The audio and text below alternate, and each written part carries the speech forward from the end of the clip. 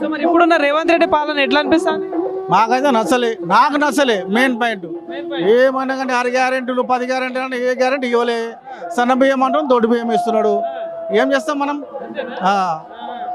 Pension వస్తలేదు పేదవాళ్ళకు. 4,000 అన్నాడు, 6,000 అన్నాడు, తులం బంగారం అన్నాడు, పెళ్లికి 1,00,000 రూపాయలు అన్నాడు. ఏది లేదు ఆయనది. కానీ ప్రజాపాలన అందిస్తున్న ప్రజలందరూ సంతోషంగా ఉన్నా అంటున్నారు కదా. ఎవరంటారు? ఆయన చెప్పుకుంటున్నది. ప్రజలు సంతోషంగా ఉన్నారని ప్రజలు చెప్పాలి, నాయకుడుగా చెప్పేది. ఆయన పాలన ఎలా ఉంది అనేది ఆయన చెప్పాలి. మనం ప్రజలు చెప్తలేదు, ఆయన చెప్పుకుంటుండే ఏడపోయినా కానీ.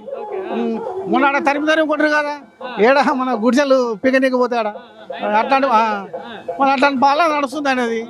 మరి ముందు ప్రభుత్వం చేసింది వాళ్ళకి తెలియదా? ఇది హైడ్రోలో పోతుంది, గవర్నమెంట్ వెళ్ళిపోతుందని. మరి ఈయనకే తెలుస్తుంది ఆ గవర్నమెంట్ ఇది లాంటి పక్క వాళ్ళకి ఇలా తీయాలి కదా. పెద్ద పెద్ద బిల్డింగ్లు తీస్తున్నాడు, చిన్న చిన్న బిల్డింగ్ వల్ల తీసేస్తున్నాడు. ప్రజలు ఎంత అల్లో కలవలం అవుతారు. ప్రజలు ఏ లేడీస్ని ముట్టుకున్నా కానీ అమ్మ నా బుద్ధులు తిడుతున్నారు ఆయనకు.